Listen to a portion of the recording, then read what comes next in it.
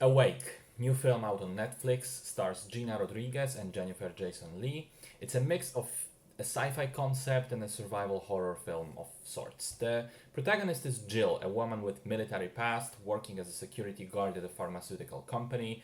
She's also selling drugs illegally on the side to make ends meet. She's got a teenage son and a younger daughter who are legally raised by her mother-in-law. We learned that she's had some trouble in the past, possibly with drugs, and that's why the legal custody is with the other lady. At the beginning of the film, there is an event, an EMP or something. It's never quite clear what happens, but it knocks out all electronics around the world, car engines and shit. And on top of that, people lose the ability to fall asleep, which of course is a problem because after just a few days you will die, and way before that you start having mental and physical problems. But as it turns out, the daughter, the young kid, is unaffected. She can still fall asleep. So the mom tries to safely escort the children to the military base, the hub, in which her former boss is trying to work out a solution, a cure to this affliction, so that humanity can be saved in time. So there's definitely that element of a ticking clock, especially as it takes a while to realize that nobody falls asleep. And at that point, you've already been awake for quite some time and you're past your prime in terms of mental and physical capacity. Now, here's the thing. It's not a good film. There are moments where it almost hurts to watch. It's very all over the place in pretty much every aspect imaginable.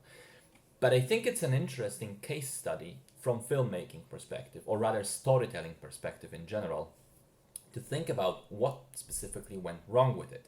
Because I think that the movie's chief fault is that it follows its own rules too well. Now, typically it's the other way around. Movies sometimes piss me off because they break their own rules, the rules of the world they're set in. I'll give you an example, okay? 28 weeks later, the film establishes that a small part of London is cordoned off, under heavy military observation, checkpoints everywhere, snipers on rooftops to ensure that nobody goes in or out because there may be zombies outside. And then immediately after establishing that, two kids managed to sneak outside without any problems, anybody stopping them. This is an example of a movie establishing a world with certain rules and boundaries and then instantly breaking them. What happens doesn't make sense within the context we were shown. Awake is the other way around, I think. The way that people behave, the chaotic sequences of events, the erratic decisions and plot points and weird dialogue and confusing editing, it all makes sense when you think that we're watching a bunch of really sleep deprived people trying to survive. Almost every single thing that is infuriating as you're watching this film can be explained by the world you're set in, by that one simple fact.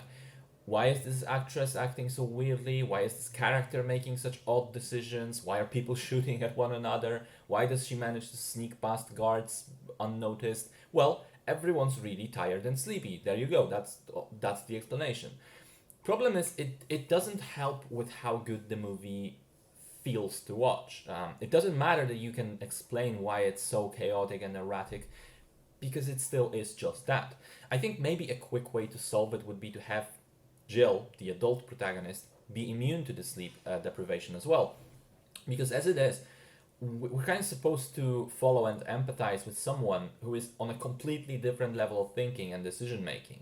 And the only character who can sleep and who should act reasonably is a little girl. So that doesn't really work either. She's a side character.